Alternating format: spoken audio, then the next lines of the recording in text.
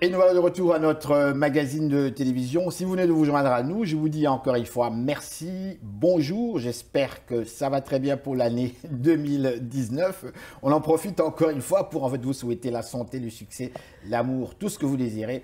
À l'émission, ici, nous mettons l'accent sur les réalités africaines, de la diaspora africaine qui vit à Montréal. Et nous ciblons également le Canada et pourquoi pas le continent africain. Nous recevons à l'émission aujourd'hui une grande dame. Elle est avec nous à Montréal depuis de très nombreuses années. Elle est connue au sein de la diaspora dans son pays d'origine et un peu partout dans le monde. Elle a son doctorat, elle va préciser elle-même. En fait, on la reçoit aujourd'hui pour son ouvrage qu'elle vient de publier qui s'intitule « De la reine de Saba à Michelle Obama ». On parle ici, elle met l'accent sur les héroïnes d'hier et d'aujourd'hui et bien sûr à la lumière, de l'œuvre de Cheikh Anta Diop. Bonjour, bonsoir, merci de votre présence. Merci, M. Henri Gaka, de votre invitation. Alors, Awa Bokarli, très connue, une grande intellectuelle, qui êtes-vous? Moi, je suis ouest-africaine. Quand je dis ouest-africaine, c'est de toute l'Afrique de l'Ouest, en tant que descendante du résistant contre la colonisation, Cheikh Omar Foutiyou Tall. Je suis aussi panafricaniste en tant que disciple du professeur Cheikh Anta Diop. Voilà, je suis sociologue et chercheur associé à l'Institut d'études féministes et du genre et aussi présidente du réseau Femmes africaines qui est devenu Diaspora féminine africaine au Québec et au Canada. Alors, je vais, avant d'entrer dans le détail, de vous demander de nous synthétiser un petit peu votre ouvrage, où on sait que vous mettez l'accent sur la femme oubliée dans l'histoire africaine. Le féminisme, pourquoi une Africaine est féministe? Pouvez-vous nous expliquer, vous personnellement, est-ce que vous n'êtes quand même pas née féministe? Qu'est-ce qui fait que vous soyez féministe et affichée et convaincue? Ce qui me fait qu'une Africaine ou que moi je suis devenue féministe, c'est que je suis d'abord une personne engagée contre les injustices. Et il y a beaucoup, comme vous le savez, des injustices contre les Africains, des injustices contre les femmes, des injustices contre beaucoup de peuples tels que les Premières Nations d'ici, etc., etc. Donc, dans mon engagement contre les injustices, les inégalités entre les hommes et les femmes, c'est dans ce sens que je suis devenue féministe pour rétablir l'équité femmes-hommes, pour rétablir la justice entre les garçons et les filles, pour qu'elles accèdent aux mêmes possibilités dans leur vie. Alors, dites-moi, ici, c'est facile d'assumer le féminisme puisqu'on est vraiment la mode. La femme s'est réveillée depuis très très longtemps. Aujourd'hui, ici, c'est tout à fait normal, mais vous êtes africaine. Comment est-ce que vous assumez votre féminité, votre féminisme, pardon, sur le continent, où on est définitivement macho encore. Justement, en fait, ça c'est un autre stéréotype vis-à-vis de l'Afrique. Et c'est justement dans le cadre de la restitution de la vérité historique sur l'Afrique qu'a déjà opéré mon maître à penser, Cheikh Anta Diop, parce qu'on est allé jusqu'à dire que l'Afrique et les Africains sont sans âme et sans culture. Et la bataille de Cheikh Anta Diop a été de restituer la vérité historique. Parce qu'avec ses recherches, il a montré que, d'une part, l'Afrique est le berceau de l'humanité, mais que toutes les sciences dont s'énorgueillit aujourd'hui l'Occident viennent de l'Afrique, c'est-à-dire de l'Égypte antique, de l'Égypte pharaonique. Et c'est dans cette perspective où il montre que l'Afrique est le berceau de l'humanité. Moi, je montre que l'Africaine est la mère de l'humanité. Juste pour ceux qui n'ont pas lu Cheikh Anta Diop, ce grand scientifique, ce grand savant originaire du Sénégal, pouvez-vous nous citer quelques exemples précis lorsque vous parlez de cela?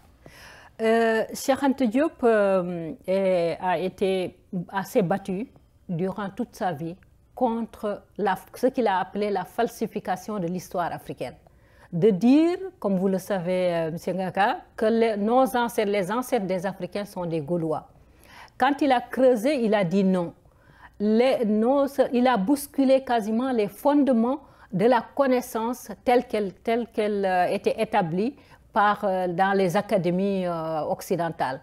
Et a montré que l'Afrique est le berceau de l'humanité et que toutes les sciences sont venues de l'Afrique. Par exemple, le théorème de Thalès. Le théorème de Thalès, Thalès qui est un grec, était 15 siècles avant Jésus-Christ sur les papyrus d'Égypte. Comment peut-on dire alors que ce théorème-là, et les Égyptiens allaient, comme nous aujourd'hui, M. Ngaka, nous venons nous instruire dans les universités occidentales, oui. Les Grecs allaient s'instruire. Platon a passé 14 ans de sa vie. Socrate, la même chose. Thalès, la même chose. Sa vie en Égypte, en Égypte antique, oui. Pour s'instruire là-bas. Donc, le combat de Cheikh Anta Diop a été la restitution de l'histoire, de la vérité historique. Rétablir en fait la vérité. Voilà. Et il a sorti ses thèses, sa thèse de doctorat justement, il disait « Césaire a fait le tour des Africains ce jour-là à Paris », en disant « Voilà, nous, à travers l'écriture, à travers la poésie, à travers la littérature, nous essayons de montrer l'apport de l'Africain à la civilisation universelle. Mais voilà que Cheikh Anta Diop apporte la preuve scientifique. » Et l'UNESCO a organisé en 1974 au Caire, en Égypte, à Caire en Égypte, une rencontre avec les plus grands savants égyptologues du monde, dont un Canadien d'ailleurs. Et Cheikh Anta était seul contre tous pratiquement, et seulement assisté de son disciple que vous connaissez bien, qui doit être de votre pays d'ailleurs, Théophile Obenga. Et voilà, Obenga, c'était le seul et c'était son disciple. Et le rapport de l'UNESCO dit le combat a été inégal. Cheikh Anta a vraiment été le héros, le gagnant de ce combat-là. Et c'est à partir de là que l'UNESCO, l'Organisation des Nations Unies pour la Science et la Culture, a décidé de réécrire l'histoire non seulement africaine, mais l'histoire mondiale, montrant que l'Afrique est le berceau de l'humanité, montrant que toutes les sciences dont on parle aujourd'hui partent de l'Afrique, donc partent des Africains. D'ailleurs, c'est des Africains que l'écriture, ce sont les Africains qui ont créé l'écriture. Et pourtant, nous sommes encore sous-développés. Ça, c'est notre histoire. Bon, je ne pense pas que nous soyons sous-développés. Nous sommes encore exploités. L'exploitation continue, mais nous continuons de nous tenir debout. Et on avance. Ce n'est pas pour rien que la France fait aujourd'hui la cour à l'Afrique. Je n'entrerai pas sur la politique étrangère de Macron. Voilà. Il y en a trop à dire. On va aller vers votre ouvrage « De la reine de Saba à Michelle Obama ». Vous faites une espèce de, je dirais, de rétrospective, un tour d'horizon. On parle de la femme ici. Pouvez-vous nous donc synthétiser un petit peu l'objet même de votre ouvrage? L'objet de l'ouvrage, c'est justement de sortir beaucoup de figures féminines africaines des décombres de l'histoire et montrer la contribution de la femme africaine à la civilisation universelle. Parce que l'un des stéréotypes également, c'est de dire l'Africain ne donne pas la place et le rôle à la femme. Alors que 15 siècles avant Jésus-Christ, 15 siècles avant l'ère chrétienne, quelqu'un comme Hatshepsut était reine, était pharaon en Égypte, dans l'Égypte antique. Candace, 333 avant Jésus-Christ. Et justement, Serge Bouchard, qui a préfacé mon ouvrage, et qui a d'ailleurs fait des émissions extraordinaires aussi à Radio-Canada, Les Remarquables Oubliés, parlant des femmes, et qui a aussi sorti un livre, dit que pendant que la Grèce insultait pratiquement et manquait de respect aux femmes, l'Afrique donnait une place prépondérante à la femme africaine, telle que Isis ou avec Osiris, comme on dit. Donc, il y avait un partage des pouvoirs, comme le montrera Cheikh Anta Diop plus tard.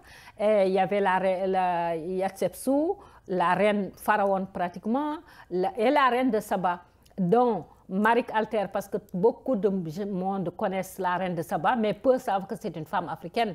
Alors que Marik Alter dit, elle était noire, elle était belle, elle a subjugué par son esprit guerrier, mais elle a également instauré la paix dans son royaume d'encens et d'or. Donc, et ça, c'est ce que j'appelle nos ancêtres féminins. Mais quand on va dans l'Afrique avant la colonisation, il y a également les grandes figures. La reine Pokou en Côte d'Ivoire, la reine Nzinga au Bénin, qui monte et qui pendant près de 60 ans s'est battue contre la colonisation portugaise. La reine Nzinga. La reine Nzinga. En Angola. Voilà, Angola actuelle, Angola, exactement. Qui est dans l'ancien royaume du Congo. Exactement, exactement, autant pour moi, exactement. On peut, si on va vers le Sénégal, la reine d'Ateyala. qui s'est battu les armes à la main contre Faidherbe, contre la colonisation française. La reine Aline Sitoé Diatta au sud du Sénégal, qui utilisait plus la spiritualité comme forme de résistance de sa communauté qui est casamançaise, n'est-ce pas, etc., etc. Mais aussi, quand on va dans les diasporas, c'est la même chose. Nul n'ignore qui est Rosa Parks, dont Jesse Jackson disait « Rosa Parks s'est assise pour nous permettre de nous tenir debout ». Elle avait osé. Elle avait osé dans une époque où c'était absolument interdit. Exactement, exactement. Et ne parlons pas d'Henriette Tubman. Henriette Tubman qui est la libératrice, la Moïse du peuple, de la nation africaine-américaine, qui non seulement a osé se libérer de l'esclavage, mais revenir dans les lieux d'esclaves pour libérer des esclaves, les amener dans le Nord ou les amener même jusqu'au Canada. Et justement, Henriette Tubman, à partir d'un concours avec les Américaines, toutes, j'aime pas dire race confondue parce qu'il n'y a pas de race, il y a une et une seule race humaine. Comme dit Cheikh Anta Diop, toutes les races sont sorties par affiliation. En théorie, c'est ce que l'on dit. Mais dans la pratique, scientifiquement, oui, ça a été prouvé qu'il n'existe pas de race. Voilà, Yves Coppens confirme les thèses de Cheikh Anta Diop, Serge Bouchard, l'anthropologue, confirme les thèses de Cheikh Anta Diop. L'Afrique est le berceau de l'humanité, comme disait Evan Sartin. Comment l'expliquer, Madame Bokarli? Comment l'expliquer? Comment convaincre le grand public qui nous suit actuellement et qui apprend qu'en fait, les races n'existent pas, quelque part. Qu'on soit noir, blanc, jaune, rouge, finalement, on n'est que des humains. Mais justement, parce que l'Africain est apparu dans les lacs Tchad, c'est-à-dire en Afrique. Et quand les gens naissent sous les tropiques, on a besoin de la mélanine. Parce que même quand l'été approche ici, on va vous dire mettez de la crème parce que sinon, avec les rayons de soleil, vous pouvez attraper le cancer et tout ça. Donc, l'être humain naissant sous les tropiques avait besoin de cette mélanine-là qui couvre son corps. Et c'est plus tard, comme dit aussi bien Yves Coppens, l'anthropologue, l'archéologue Yves Coppens, comme dit l'anthropologue Serge Bouchard, c'est par des pérégrinations. C'est-à-dire l'Africain est sorti de l'Afrique par l'hymne de Suez, par le golfe de Gibraltar, et allé peupler les autres lieux, c'est-à-dire l'Occident. Et n'ayant plus besoin de cette mélanine, les humains ont perdu, et ça a donné ce qu'on appelle les Blancs, et ça a donné ce qu'on appelle la race jaune. Et ça a été prouvé scientifiquement. Ça a été prouvé scientifiquement. Sans vous interrompre, j'ai vu sur Facebook que l'ancêtre du Britannique aurait la peau noire. Mais justement, l'homme cédar. Et ça, c'était quelque chose qui était connu depuis longtemps. Ça fait un siècle qu'on a montré que celui qu'on appelle l'homme cédar, c'est-à-dire apparu dans cette partie britannique où se fait le fromage cédar, était un Africain, était un Noir, et c'était mais avec la procédure de datation actuellement, des méthodes scientifiques encore plus poussées, des scientifiques l'ont démontré il y a quelques mois, c'est-à-dire en 2018. Alors, il n'y a qu'une et une seule race humaine, et l'Africaine, si on devait dire aujourd'hui que si les Premières Nations, si les Amérindiens sont les Premières Nations en Amérique, les Africains sont les Premières Nations de l'humanité, M. Henri Ngaka. Madame Awa Bokarli, docteur Bokarli, c'est un plaisir, c'est un honneur que de vous recevoir. De la reine de Saba à Michelle Obama, le temps passe très vite. Oui. Qu'est-ce que le public qui nous suit doit retenir? Et pourquoi est-ce qu'il doit lire absolument votre ouvrage? Ce que le public doit retenir, c'est qu'il y a une nécessité absolue de la réconciliation de l'humanité. Et pour cela, il faut qu'on nous dise la vérité. Parce que l'idéologie esclavagiste a développé une idéologie d'infériorisation et de supériorité.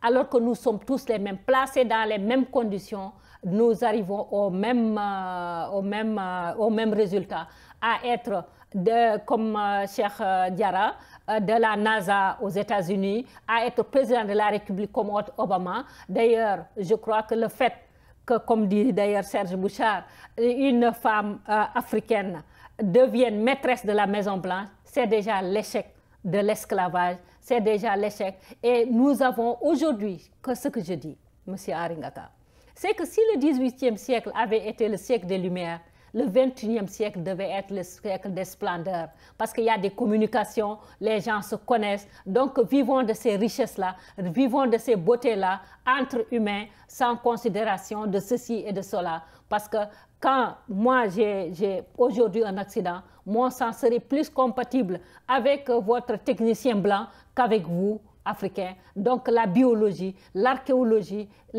l'histoire montrent que nous sommes tous des humains au même niveau. Donc éduquons nos enfants pour que certains perdent leur complexe d'infériorité, d'autres perdent leur complexe de supériorité et qu'on crée une société de paix et de sécurité. Madame Bokarli, docteur Bokarli, merci infiniment d'avoir participé à cette émission. Je rappelle le titre de votre ouvrage pour nos téléspectateurs, donc De la reine de Saba à Michelle Obama, africaine héroïne d'hier et d'aujourd'hui à la lumière de l'œuvre de Cheikh Anta Diop, donc le docteur Awa Bokarli. Merci. Je vous en prie, merci à vous. Alors restez là, nous sommes de retour tout de suite après ces messages publicitaires.